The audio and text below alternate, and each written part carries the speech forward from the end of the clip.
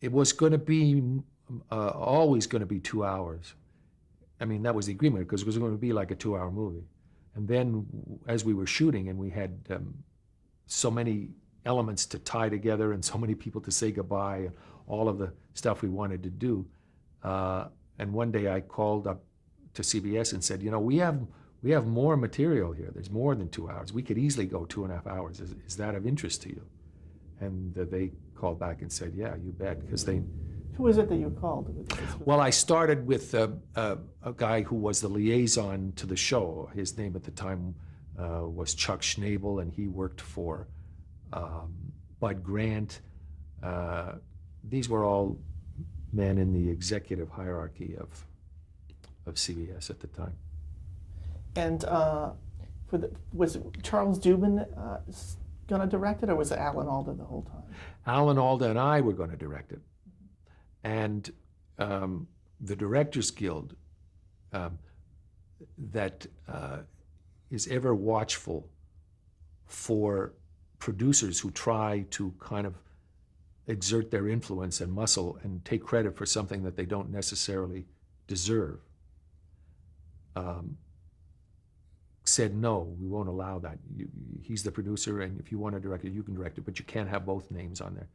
And I mean, I had no compunction about the legitimacy of why I was to be involved, and Alan certainly didn't. He wanted me to share it with him, but so we had no complication with that. But I could see the Directors Guild's position in that too, so that was fine. So he directed it. How was the show written? I know there's a list of writers. Yeah. How exactly? Was there a big room? We had decided that because all of us were involved in so many other things that Alan would write it as the through line. In other words, Alan would be involved from page 1 to page 125, whatever it was, But that he would co-write it with each of us, or in some cases where it was a team, pair of writers, by taking acts. I had Act 5 or whatever, and two writers had Act 4, and these two had Act 7, and all the actors worked with him, all the writers worked with him on individual acts comprising, the scenes that were in that. But Alan stayed as the one through line. And what was your contribution as a writer to that piece? Well, I don't remember which act I wrote now, frankly, because I was involved in all of it really at one time or another. As were the others, we would ultimately rewrite together, like you said, all in one room. But the initial pen to paper was done on that basis I've just described.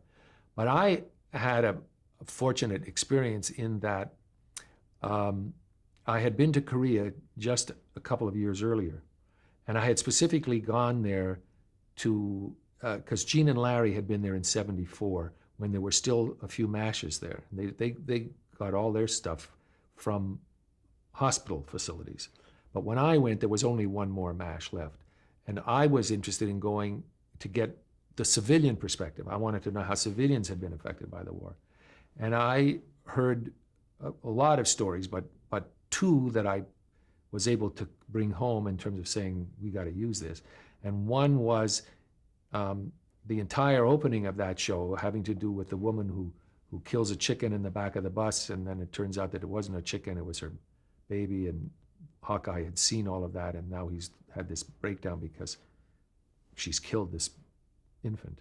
And that was from a story I had been told. When I got there, someone early on told that to me about a patrol that was dangerously close at night, a North Korean patrol to a group of people who were trying to escape from wherever they were. And there were like 40 or 50 people under a bridge, and one woman was a woman with a baby, and the baby started to cry and jeopardized the safety of all these people, and ultimately the baby was smothered and died. So I was there for about 2 weeks, and each time I would interview new people, new civilians, and one day, several times, these other people would say, well, what else have you heard? They would tell me a story, and they'd say, well, what else have you heard? What has impressed you while you've been here? What's memorable in terms of what you've learned here? And I would always repeat this story. Well, the story that I heard about the baby. And in every case, their reaction was, Oh, yeah. Well, I remember a story like that too. And there's a, to us, in hearing that story, and to me, having first heard it, that has an enormous impact. But because that was such a terrible time in that country, none of those people were particularly fazed by my recollection of having heard that. They'd all heard things like that or worse. That was meaningful in and of itself. But certainly that became the whole thrust of how and why Hawkeye was in a convalescent hospital under the treatment of the psychiatrist Sidney Friedman. And the other thing that was always kind of interesting to me was I met several guys who were in Korea who had been in the army and had elected to stay there. They were now civilians, but they wanted to stay. They liked Korea, and maybe they'd gotten involved with a Korean woman, and for one reason or other, they liked to stay there. Well, that, of course, a light bulb goes off immediately. Who's the one who's the least likely to ever want to stay in Korea? Klinger, of course, the guy who spent 11 years trying to get out. So that was how we constructed the whole relationship with this young, very attractive Korean woman who he fell in love with and ultimately married. And that became a whole thrust for the resolution of Klinger's character, the fact that he was going to stay there. And that became a part of Aftermath as well, because he brought his bride, his war bride, home with him. During the shooting of the final film, there was a situation with a fire. Could you talk about that? Yeah, there was a fire that was totally accidental, that it was not while we were there, that we had nothing to do with, but that was interrupting scenes yet to be shot. All of a sudden, we don't have scenes that we can shoot. And so I remember Alan and I went out there one weekend and saw exactly what the damage was and began talking about how we could use this, so we concocted the whole thread whereby the MASH had to bug out. That was the expression used, when you had to leave where you were and move. That's why they called them MASH for mobile. You had to move to a whole other area, take all the tents down and go. So they had to move, and then later on they came back again. And when they came back, it had been burned. That was how we were able to deal with that. So it's just the fire at the ranch that happened? So the fire, yeah, it did quite a bit of damage. And but we used that. We had them all.